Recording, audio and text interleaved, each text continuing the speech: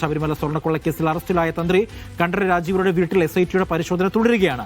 ചെങ്ങന്നൂരിലെ വീട്ടിൽ പരിശോധന 7 മണിക്കൂർ പിന്നിട്ടു. സ്ത്രീകളുടെയും കുട്ടികളുടെയും ആഭരണങ്ങളടക്കം പരിശോധിക്കുന്നുണ്ട് എന്നുള്ളതാണ് എടുത്ത് പറയേണ്ടത്. ഇപ്പോൾ ഈ വാർത്തയുടെ വിശദാംശങ്ങൾ നൽകാനായി ഫൈസൽ അസീസ് ഉണ്ട്. ഫൈസൽ, തീർച്ചയായിട്ടും ആ വീട്ടിലുള്ള സ്വർണത്തിന്റെ പഴക്കവും മൂല്യവും ഒക്കെ തന്നെ പരിശോധിക്കണം. ആ നടപടിക്രമങ്ങളാണോ ഇപ്പോൾ അവിടെ നടക്കുന്നത്? എന്താണ് ഏറ്റവും പുതിയ വിവരം? അജികുഞ്ഞുമോൻ ഏതായാലും അജികുഞ്ഞുമോൻ സൂചിപ്പിച്ചതുപോലെ തന്നെ 7 മണിക്കൂർ പിന്നിടുകയാണ് SITയുടെ പരിശോധന. ഉച്ചയ്ക്ക് 2:30യോടെയാണ് ഈ പരിശോധന തുടങ്ങിയത്. അതിന് പിന്നാലെ ആ പരിശോധന ആരംഭിച്ച് 2 മണിക്കൂറിന് ശേഷം ഒരു സ്വർണ്ണപ്പണിക്കാരനെ കൂടി കൊണ്ടുവന്നു. അതായത് ഈ വീട്ടിൽ ഈ ഇദ്ദേഹത്തിന്, അതായത് ഈ തന്ത്രിക്ക് ലഭിച്ച സ്വർണം, അതായത് ദക്ഷിണ ലഭിച്ച സ്വർണം കൂടി ഉൾപ്പെടുന്നുണ്ട്. മാത്രമല്ല സ്ത്രീകളുടെയും കുട്ടികളുടെയും ആഭരണം ഉൾപ്പെടെ ഇവിടെ പരിശോധിക്കുന്നുണ്ട്. ഇതിന്റെ കാലപ്പഴക്കവും അതിന്റെ മൂല്യവുമാണ് പ്രധാനമായും പരിശോധിക്കുന്നത്. അതിന് കാരണം എന്ന് പറയുന്നത് ശബരിമലയിലെ സ്വർണ്ണപ്പാളി അല്ലെങ്കിൽ ശബരിമലയിലെ സ്വർണ്ണവുമായി ബന്ധപ്പെട്ട് ഏതെങ്കിലും രീതിയിൽ ഒരു മൂല്യവും പഴക്കവും അതിനുണ്ടോ എന്നൊക്കെ രീതിയിലുള്ള പരിശോധനകളാണ് നടക്കുന്നത്. 2 മണിക്കൂർ ശേഷമാണ് പരിശോധന ആരംഭിച്ച് 2 മണിക്കൂർ പിന്നിട്ട ശേഷമാണ് ഒരു സ്വർണ്ണപ്പണിക്കാരനെ കൊണ്ടുവന്നത്. അതായത് SBIയിലെ ഒരു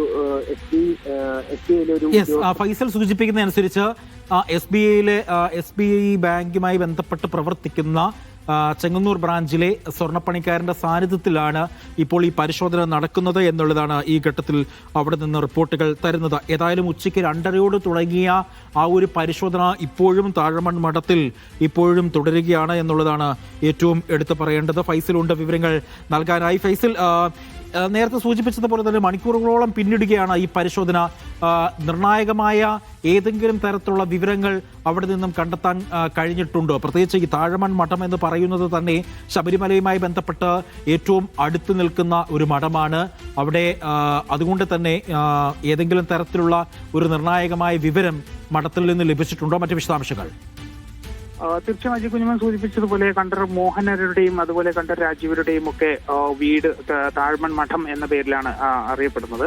അപ്പോൾ അതുകൊണ്ട് തന്നെയാണ് ഈ താഴ്മൺ മഠത്തിലെ ഈ ഒരു അവരുടെ വീട്ടിൽ ഇപ്പോൾ പരിശോധന നടത്തുന്നത്. ഞാൻ നേരത്തെ സൂചിപ്പിച്ചതുപോലെ SBIയിലെ ഒരു ഉദ്യോഗസ്ഥനെ കൊണ്ടുവന്നതിന് ശേഷമാണ് ചെങ്ങന്നൂർ SBI ബ്രാഞ്ചിലെ സ്വർണ്ണപ്പണിക്കാരന്റെ സാന്നിധ്യത്തിലാണ് ഇപ്പോൾ പരിശോധന നടക്കുന്നത്. ഈ പരിശോധന ആരംഭിച്ച് 2ാമത്തെ മണിക്കൂറിലാണ് ഇദ്ദേഹത്തെ കൊണ്ടുവന്നത്. അതായത് സ്ത്രീകളുടെയും കുട്ടികളുടെയും ഉൾപ്പെടെ ആഭരണങ്ങൾ പരിശോധിക്കുന്നുണ്ട്.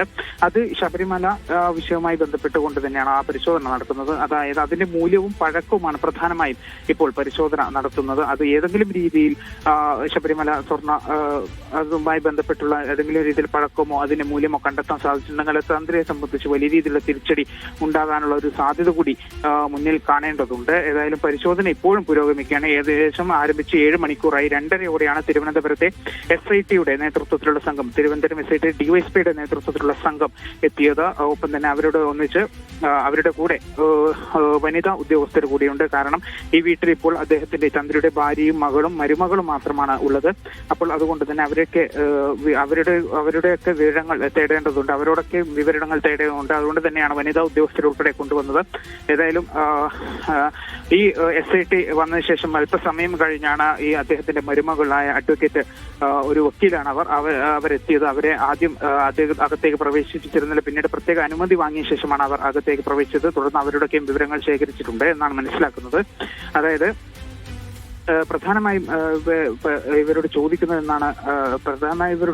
അതായത് ഈ തന്ത്രിയുടെ മൊഴിയും ആ തന്ത്രിയുടെ മൊഴികൾ അടിസ്ഥാനത്തിലാണ് ഇവരോട് ചോദ്യങ്ങൾ ചോദിക്കുന്നതെന്നാണ് മനസ്സിലാക്കുന്നത്. അപ്പോൾ അതുകൊണ്ട് തന്നെ അതിലെ വൈരുദ്ധ്യങ്ങളും കാര്യങ്ങളും ഒക്കെ പരിശോധിക്കും.